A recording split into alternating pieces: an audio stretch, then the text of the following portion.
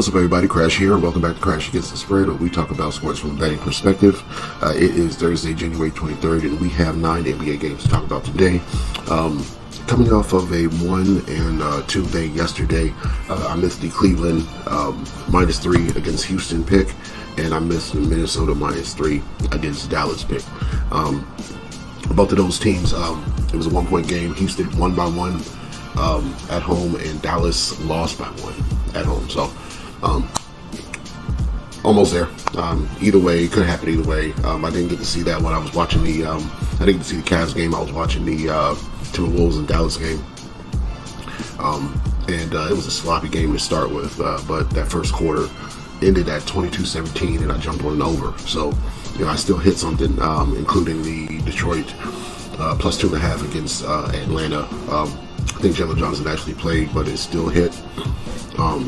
Trae Young and Jalen Johnson were both ruled in before game time, and I'd already bet it, so just roll with it, but it still hit. So 1 and 2 for the video.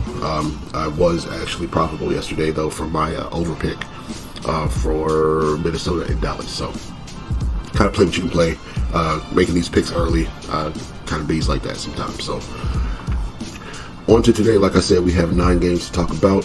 First game up is the Spurs and the Pacers. This is actually a Paris game. Pacers are the home team in this one. 3.5 points. Totals at 230. This game was at 2 yesterday, so the money's coming in with Pacers. I like the Pacers in this one. I think the Pacers are the better team at closing out games. That seems to be the problem the Spurs are having right now. And that's not their only problem. Their only problem is they just got wimpy. But they could be competing and putting up points for the whole game, and then the better team will just close out the game properly and leave them to lose. So that's kind of what's been happening, in my opinion, in a lot of these games. And I trust the Pacers to close out the Spurs in Paris. So they do play again on Saturday.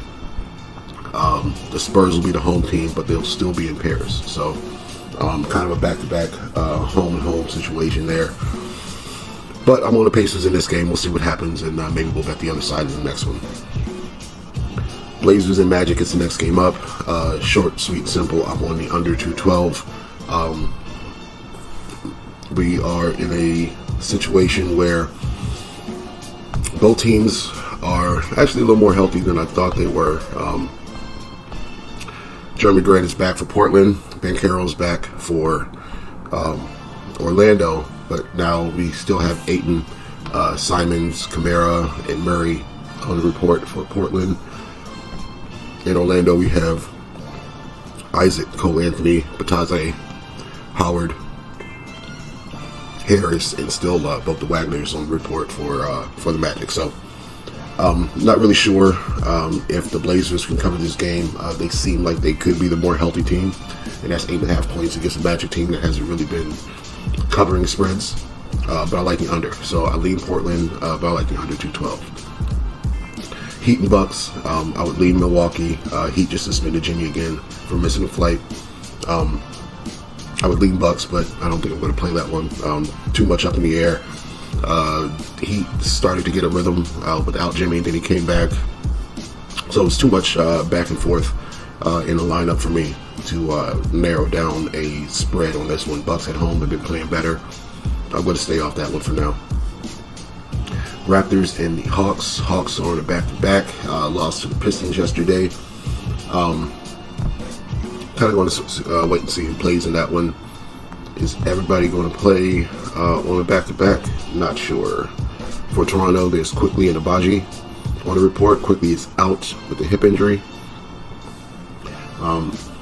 Everybody looks like they're going to go for the Hawks. So Johnson's in, Kongwu, Trae Young, all in. So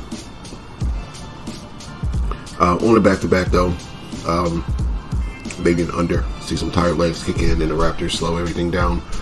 No Quickly. I think they'll play a slower pace, but with no Quickly, get it. And fourth quarter, I think this total will come down a little bit. So let's go under that one, but I don't have it bet anywhere yet. So that might be a pass for me also, but I lean under. Mavs and Thunder. Both teams on the back-to-back. Thunder were playing around with their food yesterday and then waited till the fourth quarter to walk away with the game. And so they're going to let the Jazz team do that. I can see them letting this Mavericks team do that as well, and 13.5 points is a lot. The only issue is Kyrie Irving is questionable today, and kind of want to wait to see if he plays. If he plays, this number might change anyway, but plus 13 is where I would lean if Kyrie is in. So take that with a grain of salt or whatever you can. I don't know where your number is or when you're watching this, if he's been ruled in or not. So Kings and Nuggets. Kings on a back-to-back just beat, who they beat yesterday? Kings on a back-to-back. They just beat the Warriors yesterday. They won by 6 as 7.5 point favorites, so they did not cover the spread. But today they are in Denver facing a rested Nuggets team who has been beating people by double digits for the last little bit now. I would say that I lean Nuggets, especially with the Kings on a back-to-back, but the Kings have been playing better basketball since they fired their coach. Doug Christie has been playing pretty well. I think they'll compete in this game, but on a back-to-back, fourth quarter, tired legs. I kind of like the over because I know that the Nuggets deep offense will still be there, and the Kings are going to have to keep up. So hopefully they put up all these points in the first half, and they could just cruise to a over 240. So that's where I'm looking for that. Hopefully we don't get screwed in the fourth quarter. Bulls and Warriors. Warriors on the back-to-back lost to the Kings yesterday. Warriors should be able to win this game, but Curry needs more help than he's been getting. So I'm going to stay off the game because we don't know who's going to step up. But the Warriors should be able to win this game at home versus a Bulls team who doesn't play any defense and just wants to score. So that's why I'm going to go with that one. Warriors -5 is a lean. Celtics and the Lakers.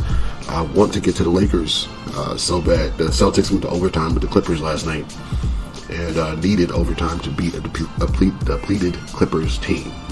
Nobody really played for them yesterday. So both teams weren't 100% yesterday, but the Celtics should have been a far and away better team than that Clippers squad that was out there on the floor yesterday, and they needed overtime to do it. So LeBron and Anthony Davis, I think, always have this game circled. Celtics coming off a back-to-back with overtime. Only thing is we're not sure who's going to play. So I like a good competitive offensive game where hopefully it comes down to the end. And I like the over 219, and I like the Lakers +5, but that one is a lean. I think I like the over better. I actually have the over bet. So over 219, over 218.5, depending on what you can get. And Wizards and Clippers. I think some of the Clippers players that did not play yesterday will be playing today, so they're going to be slightly more healthy. So that back-to-back is kind of less relevant, and they're playing a Wizards team still without Brogdon and still who has not been competing no matter who's been on the floor. So Clippers minus whatever is my pick for that one. But the actual bets that I have for today are going to be Pacers -3.5. I like the under in the Magic and Portland game. I like the over in the Kings and Nuggets game. I like the over in the Celtics and the Lakers game. And I like the Clippers -13.5. So those are going to be my 5. Lock those in. Let's get this money. We'll be back tomorrow to talk some more NBA. See you then.